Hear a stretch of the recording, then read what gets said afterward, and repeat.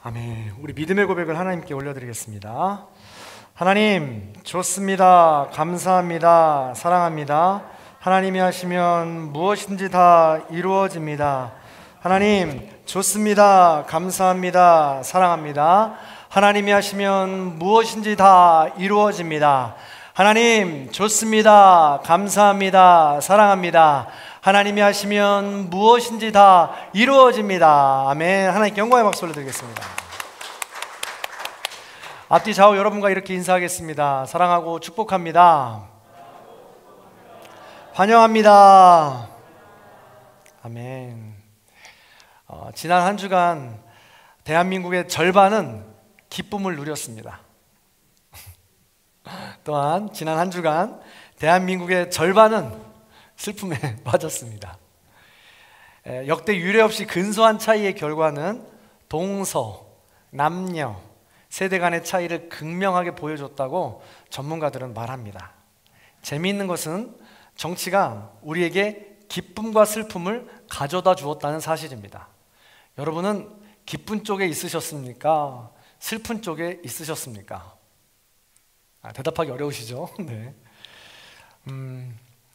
저도 이 정치 때문에 이렇게 기분이 좋았다 나빴다 해본 적이 없던 것 같습니다. 네.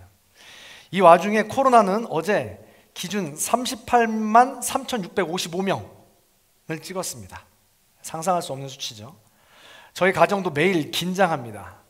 첫째 아이가 학교에 다녀와서는 오늘 오전에 친구들이 갑자기 귀가했어, 열이 나서. 그날 밤에 계속 긴장했습니다. 방에서 나오지도 못하겠어요. 네. 그 다음 날은 둘째가 학교 다녀오더니 엄마, 어제 왔던 친구가 오늘은 안 왔어. 열이 나서 그런 거죠. 2, 3일 간격 떨리는 마음으로 아이들 자가 진단을 하고요. 제가 걸리면 이 예배가 어떻게 될지 몰라 날마다 살얼음판을 지금 걸어가는 느낌으로 지금 살아가고 있습니다. 이처럼 건강도 우리에게 기쁨과 슬픔을 주는 중요한 요인이 됩니다. 지금 가장 이슈가 되는 것 있죠. 산불과 전쟁도 그렇습니다. 가뜩이나 지구가 아프다고 하는데, 가뜩이나 산에 나무가 없으면 지구가 무너진다고 하는데, 우리나라의 깊고 푸른 산들이 사라진다니까 슬픈 것입니다. 연일 전쟁의 아픔으로 피투성이가 된 이 피해자들의 모습을 보면 슬픕니다. 더 나아가 이 러시아의 대통령, 자기들의 가족은 지금 스위스로 몰래 이렇게 피신시켜 놓고 전쟁을 치르고 있는 그 모습을 보니까 이제 화가 나기까지 하는 것입니다. 그러나 전쟁을 막기 위해 각종 분야에서 평화를 외치는 사람들이 있어서 위로가 되고 감사합니다. 산불을 돕기 위해 여기저기서 성금을 하고 수건을 모아서 보내는 손길들을 보면 그나마 위로가 되고 기분이 좋아지는 것 같습니다. 이처럼 사건, 사고 소식은 우리에게 기쁨과 슬픔을 줍니다.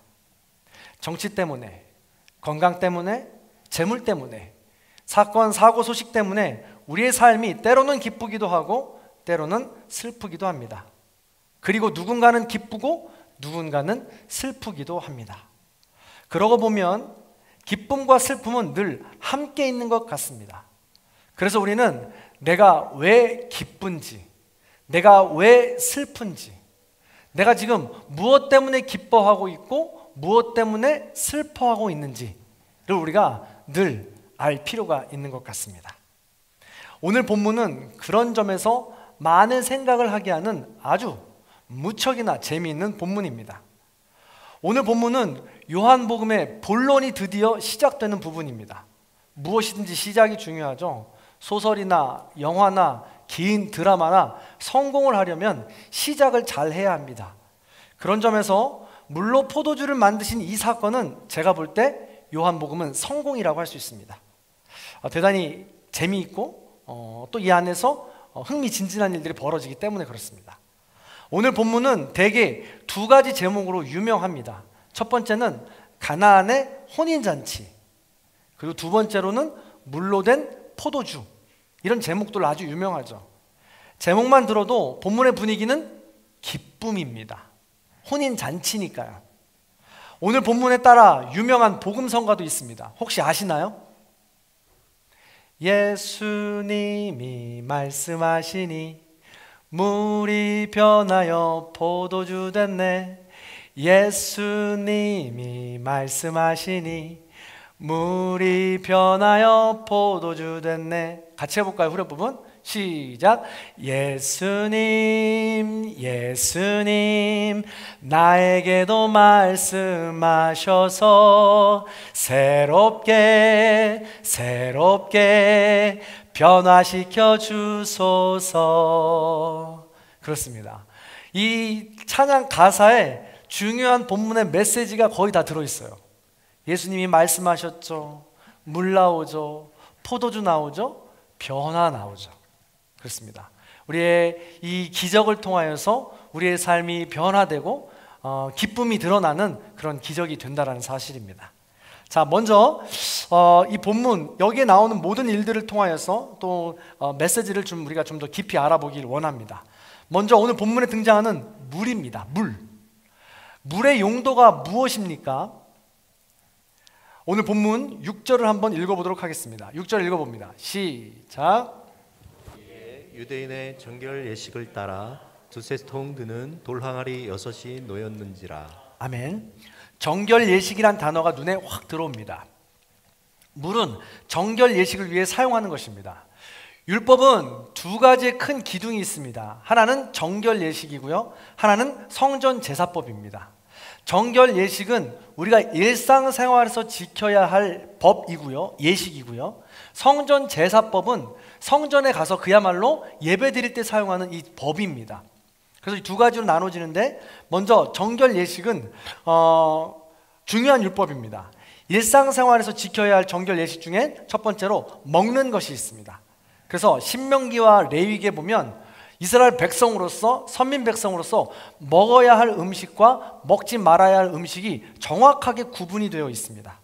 그래서 소나 산양이나 어린 양은 먹어도 되지만 돼지나 낙타나 토끼는 먹을 수 없었습니다. 조류 중에는요, 닭이나 칠면조, 오리와 거위고기는 먹을 수 있지만 나머지는 먹을 수 없었습니다. 물고기도 마찬가지인데요, 연어나 가자미, 넙치와 같이 지느러미, 비늘이 있는 이 생선은 먹을 수 있었지만 상어나 메기 같은 건 먹을 수가 없었습니다. 더불어서 파충류나 갑각류나 곤충류 같은 것도 먹어서는 안 되었어요. 이것을 먹지 않는 것이 정결 예식이었고 법이었습니다. 지금도 정결 예식은 유대인들의 아주 중요한 율법 예식 중에 하나입니다. 그래서 지금도 돼지고기를 먹지 않는 분들이 많이 있는 거죠. 또 이 먹는 것 말고 일상생활에서 지켜야 할 정결 예식 중엔 청결 예식이 있습니다. 예를 들면 이런 겁니다. 밖에서 활동하다가 집으로 들어가기 전에는 바로 손을 씻어야 하는 것입니다. 코로나 시대에 우리도 이 청결을 강조하기 위해서 손과 발을 자주 씻죠. 마찬가지로 중동에는 예나 지금이나 사막이 많이 있기 때문에 먼지가 많습니다. 그래서 사람들이 집을 나갔다가 들어오면 반드시 집 문 앞에 물 항아리가 있었어요. 그래서 손을 씻는 거죠. 물이 얼마나 귀했는지 물을 이렇게 뿌릴 때 손을 이렇게 하늘 높이 듭니다. 이렇게 하늘 향해서. 그럼 한 바가지 정도를 살짝 이 손끝에부터 부어줘요. 넘치도록 안 부어줍니다. 그래서 살짝 이렇게 팔끝으로 흐를 정도로 부어줍니다.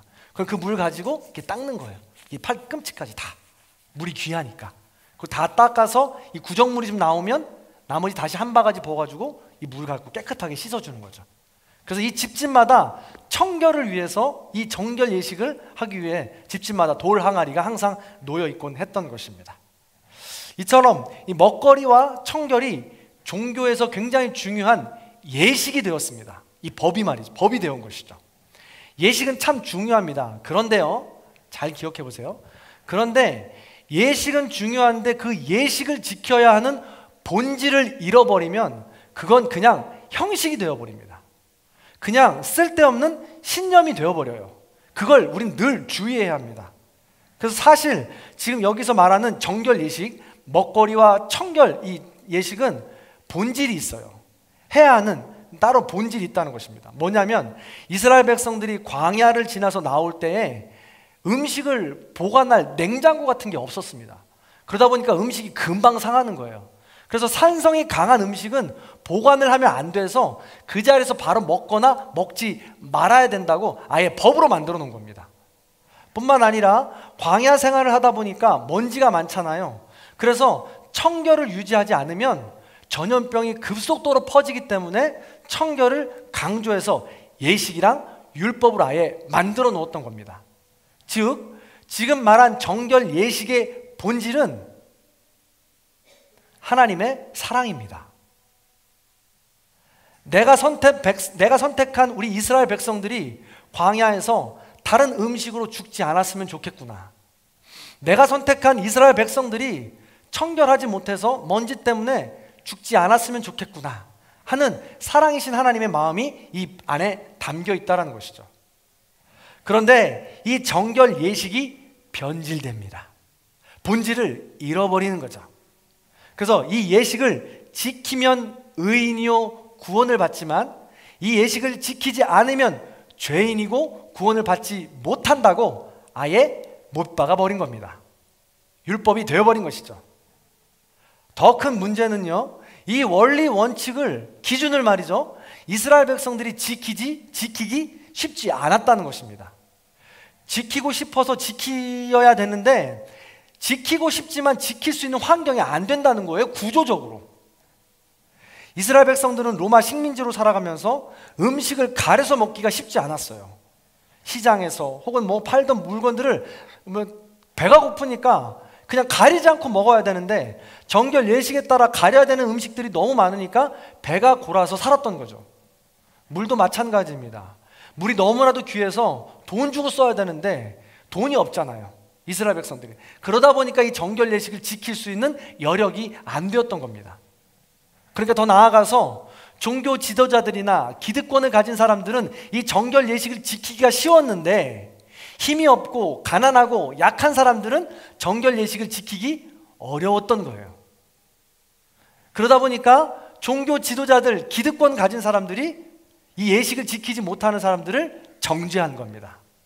너희들 예식을 지키지 못하니까 죄인이야.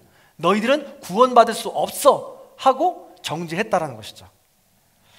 이렇게 정결 예식이 오로지 종교 지도자들이나 기득권 가진 사람들만 지킬 수 있었다면 이게 과연 누굴 위한 정결 예식이겠습니까? 누굴 위한 법이며 과연 누가 기뻐하고 누가 슬퍼하겠느냐는 것입니다. 정결 예식의 본질인 하나님의 사랑은 사라지고 오직 형식만 남아있던 것입니다. 그래서 예수님은 아주 통쾌하게 그 정결 예식을 지금 파괴하고 있는 거예요. 문 앞에서 손 발을 씻어야 될 정결 예식의 물을 지금 술로 만들어 버린 겁니다. 정결 예식에 사용돼야 될 물통을 술통으로 만들어 버린 거예요. 완전히 지금 그 구약 시대부터 이어져 온 그 율법 예식을 예수님이 먼저 파기시켜 버린 것이죠. 그런 의미에서 가나안 혼인 잔치는 율법 대신 예수 그리스도의 법, 사랑의 법을 선포하는 사건인 것이죠. 자, 첫 번째로 우리가 물에 대해서 살펴보았습니다. 두 번째로는 포도주에 대해서 살펴보려고 합니다. 그런데 포도주를 살펴보기 전에 우리가 가진 선입견을 먼저 제거해야 됩니다. 근데 제가 일부 시간에 이 술에 대한 걸 이야기했더니 너무 길어지는 것 같아서 그냥 결정했어요. 다음 시간에 술에 대한 건 따로 나눠야 될 것 같아서 결론만 말씀을 드리겠습니다. 술은요, 음식입니다. 술을 먹고 안 먹고에 따라 구원을 받고 안 받고가 정해지는 것이 아니라는 거예요. 그래서 오늘 본문을 받아들이는 분들 중에 아주 보수적인 분들은 성경 말씀에 예수님이 포도주를 만들었다고 하니까 이 본문을 싫어하시는 분들이 있어요. 진짜 있어요. 그리고 아주 보수적인 분들은 예수님이 술을 마신다고 하니까 이 본문 자체를 아예 거들떠보지도 않는 분들이 있습니다. 근데 그게 아니라는 거예요. 술 자체는 구원과 연관이 없고 먹어서 사람이 잘못된 결과를 낳기 때문에 그것이 잘못이지 술 자체는 나쁜 것이 아니다 라는 것을 기억하면서 우리 함께 말씀을 계속 나누도록 하겠습니다. 자, 그렇습니다. 자, 그렇다면 본문 속으로 다시 들어가서 포도주 생각해 보시기 바랍니다. 생각만 해도 포도주는 기쁨입니다.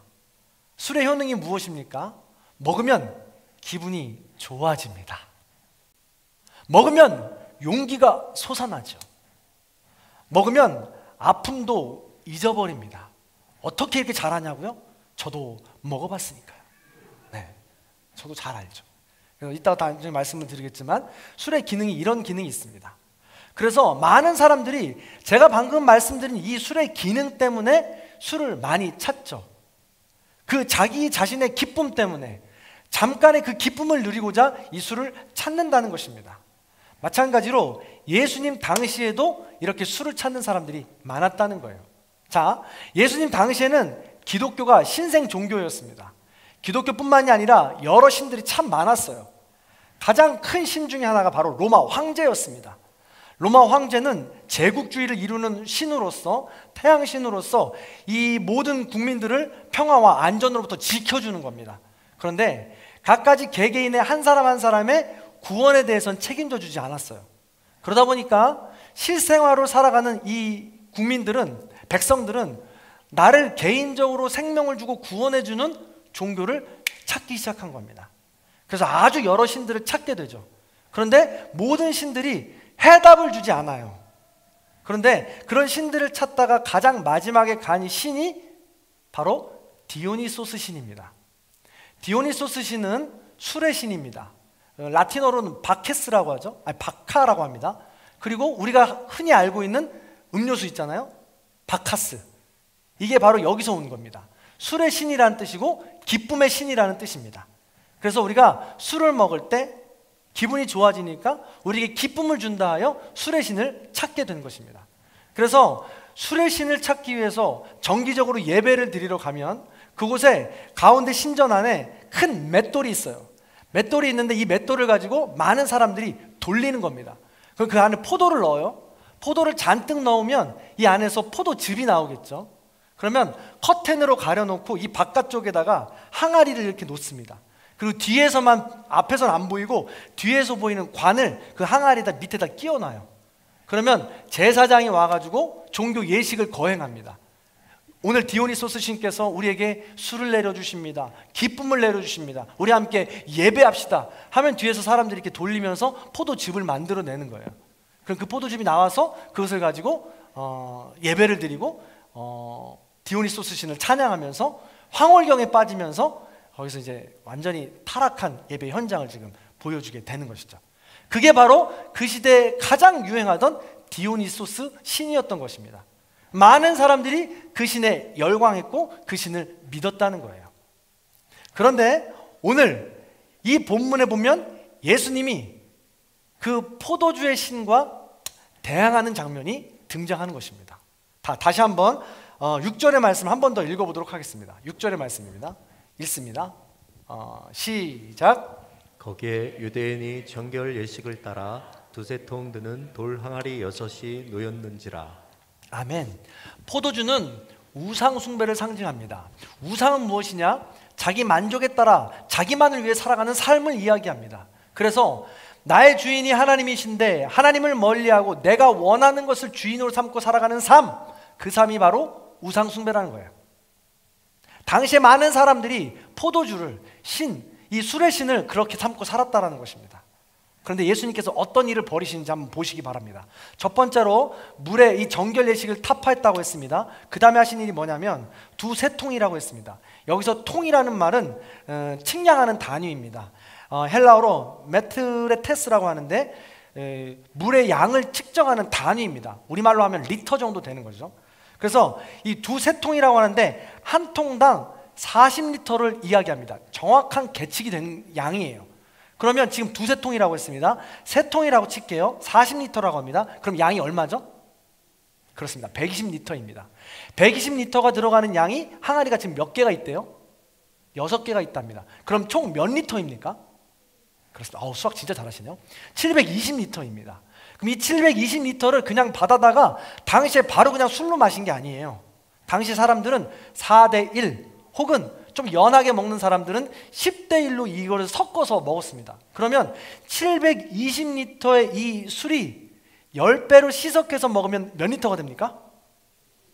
7200리터가 되는 거예요. 이건 당시에 상상할 수 없는 술의 양입니다.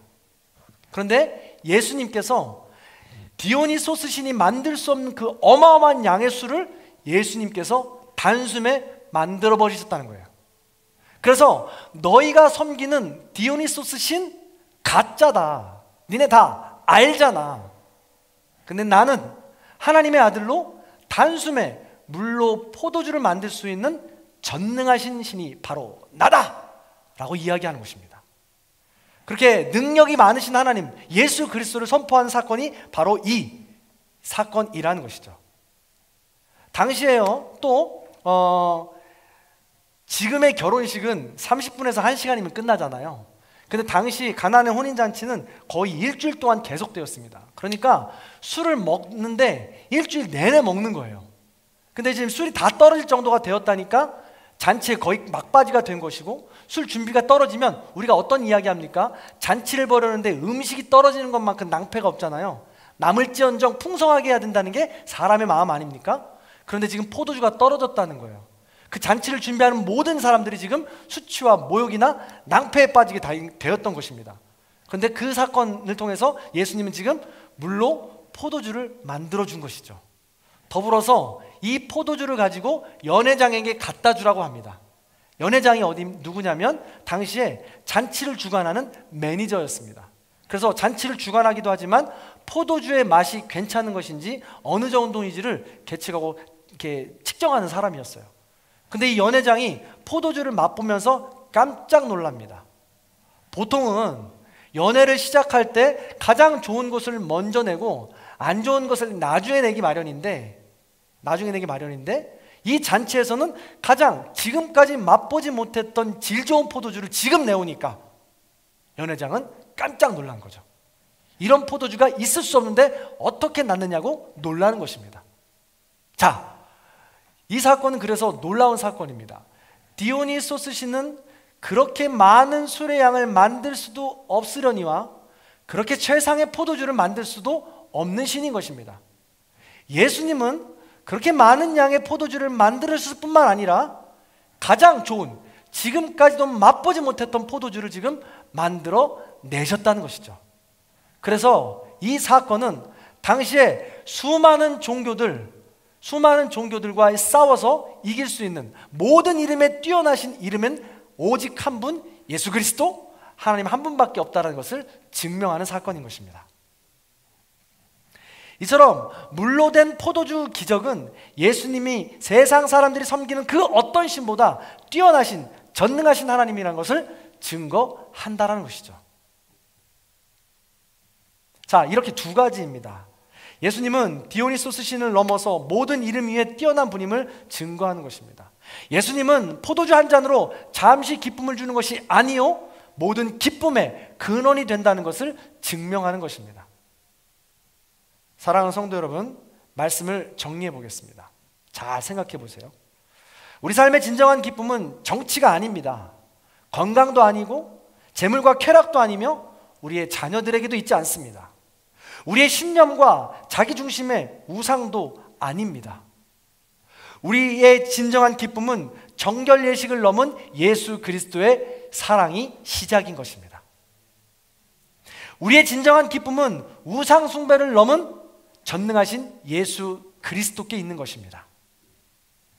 우리가 지금 살아가는 이 세상이 여전히 우리를 일희일비하게 하지만 예수 그리스도는 지금도 기쁨의 근원이 되시는 하나님의 나라에 우리를 초대하고 계십니다. 가장 먼저 정결 예식을 부수라고 말씀하고 있습니다.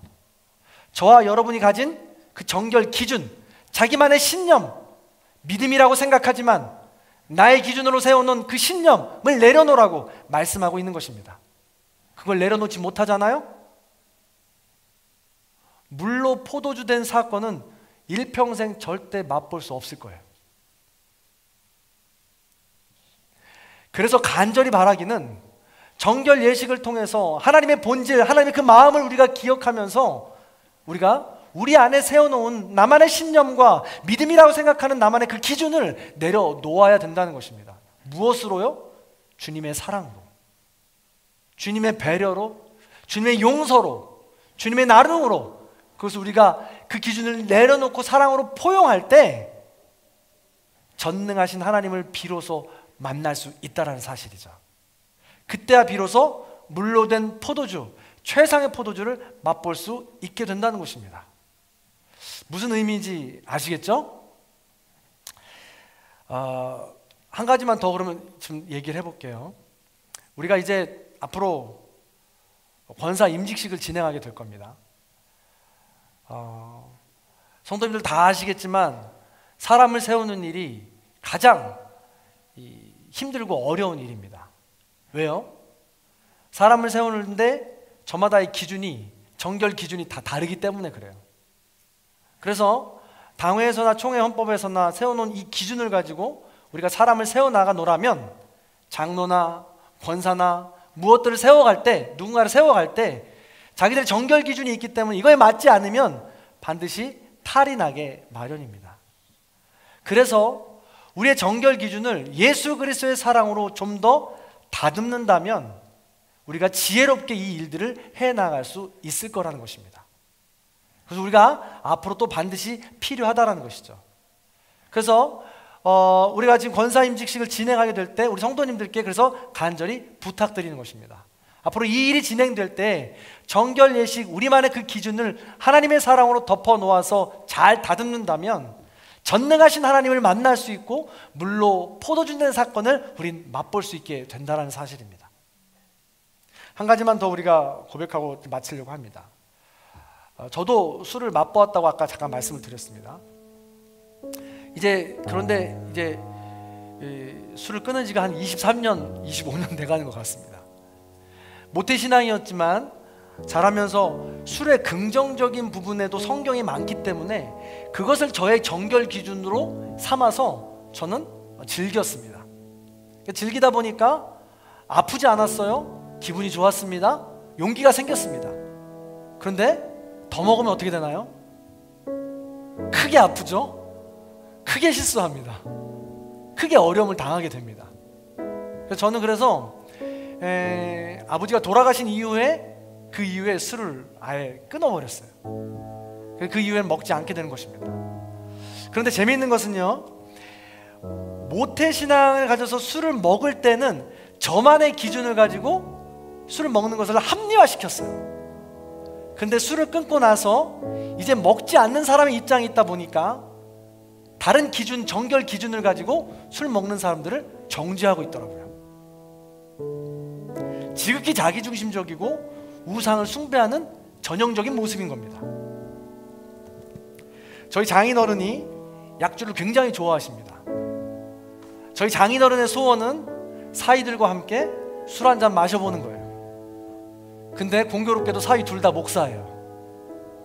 그래서 장인어른이 저녁마다 이렇게 술을 한 잔씩 드리는 걸 좋아하는데 저희 집에 오시는 걸 굉장히 좋아하세요. 아주 시골에 있을 때부터 그랬어요. 아내가 맛있는 음식을 잘 해주고 또 우리의 손주들이 다른 손주들이랑 다르게 애교가 많아요. 그러다 보니까 점점 외로워지실 나이 아니겠어요? 그럼에도 불구하고 우리 손주들이 그렇게 예쁨 받도록 해주니까 자주 오고 싶어 하세요. 그럼 저녁에 술을 드시는데 사위 입장에서, 목사인 사위 입장에서 제가 바라는 바람은 뭐냐면, 그래도 사위 둘 다 목사인데 이제 좀 술 좀 끊으시면 좋겠는데, 이제 좀 담배 좀 끊으시면 좋겠는데 하는 게 제 정결 기준으로의 이 바람인 거죠. 그렇게 해주셨으면 좋겠다라는 이 마음인 겁니다. 근데 그게 도저히 안 되더라고요. 그래서 우리 아버님이, 장인어른께서 집에 오시면 그렇게 술을 드시고 그렇게 가시는데 집에 가실 때 꼭 애틋한 장면이 하나 있어요. 그게 뭐냐면 어제 저녁에 드신 술병을 바리바리 다시 싸는 거예요. 다 드신 빈병인데. 왜 그래요? 사위가 목사라서. 사위가 목사라서 잘못 버리면 우리 쓰레기장이 오픈되어 있잖아요. 그러니까 오해받을까 봐. 그 애틋하게 다시 가져가시는 거예요. 그러니까 저만의 기준을 가지고 바라보니까 바랄 수밖에 없고 그 기준에 만족하지 못하니까 저는 계속해서 무언가를 바랄 수밖에 없는 것이죠. 그 술이 뭐라고? 그 술 아무것도 아닌데. 제가 말씀드린 게 무엇입니까? 저만의 정결 기준의 법이 있잖아요. 이 술에 관한 것뿐만이 아니라 저와 여러분의 마음에 누군가를 정죄하고 판단하는 여러분들만의 기준이 있다는 거예요. 근데 그 기준을 하나님의 사랑으로 내려놓지 못하면, 그 물통을 깨뜨려 부수지 못하면 절대 죽었다가 깨어나도 전능하신 하나님, 물로 포도주 된 사건을 맛볼 수 없다는 겁니다. 예수님은 오늘도 가장 먼저 정결 예식, 자기만의 기준을 깨뜨리고 주님 앞에 나오라고 우리를 부르십니다. 성도 여러분, 자기만의 기준을 한번 생각해 보시기 바랍니다. 아무것도 아니에요, 사실. 정말 나의 신념이라고 하지만 예수님의 법으로 따져볼 때 그냥 고집에 불과할 수 있습니다. 그것이 무엇인지 우리가 생각해 보자는 거죠. 그리고 그것을 내려놓으시고 부수시고 전능하신 하나님을 초대하시기 바랍니다. 그럴 때 우리는 더 날이 갈수록 성숙하고 성장해질 수 있고, 우리가 지금까지 맛보지 못했던 포도주를 맛볼 수 있을 거예요. 그런 삶을 살아가시는 저와 여러분들이 다 되시기를 주님의 이름으로 간절히 축원합니다. 우리 이 찬양 함께 나눌 때 가사를 잘 생각하시면서 나의 가진 모든 이 정결 예식 내려놓게 하시고 한량없는 은혜를 소망하게 하여 주옵소서. 그런 마음 가지고 우리 함께 찬양해 보겠습니다.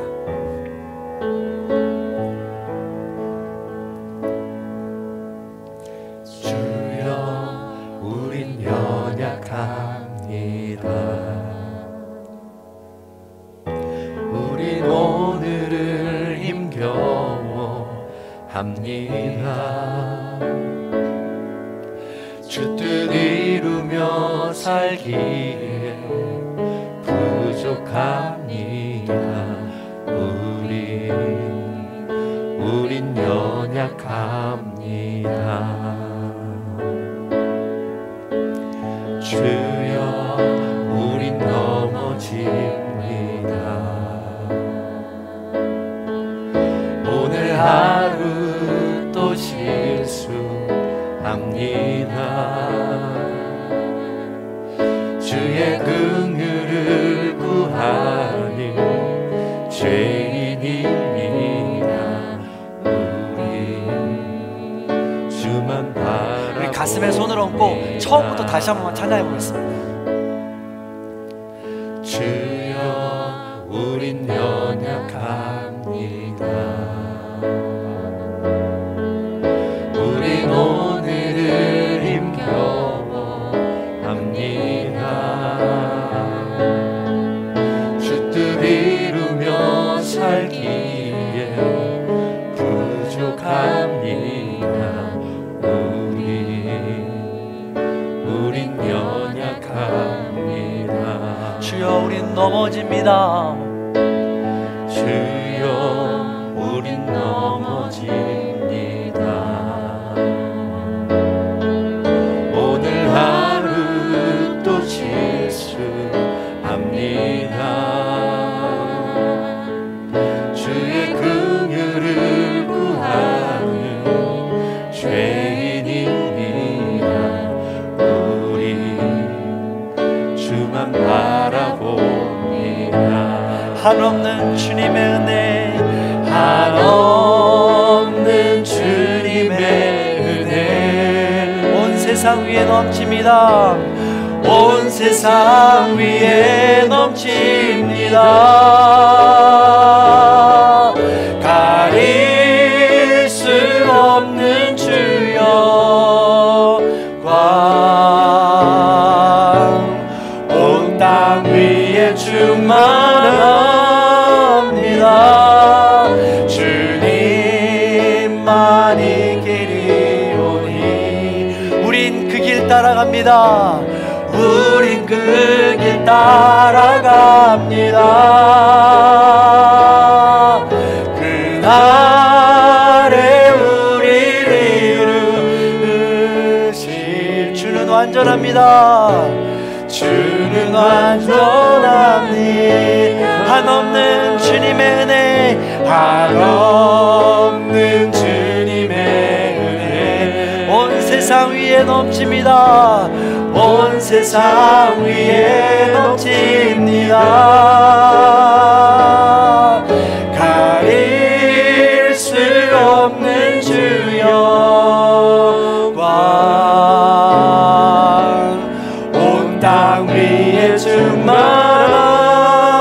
충만합니다.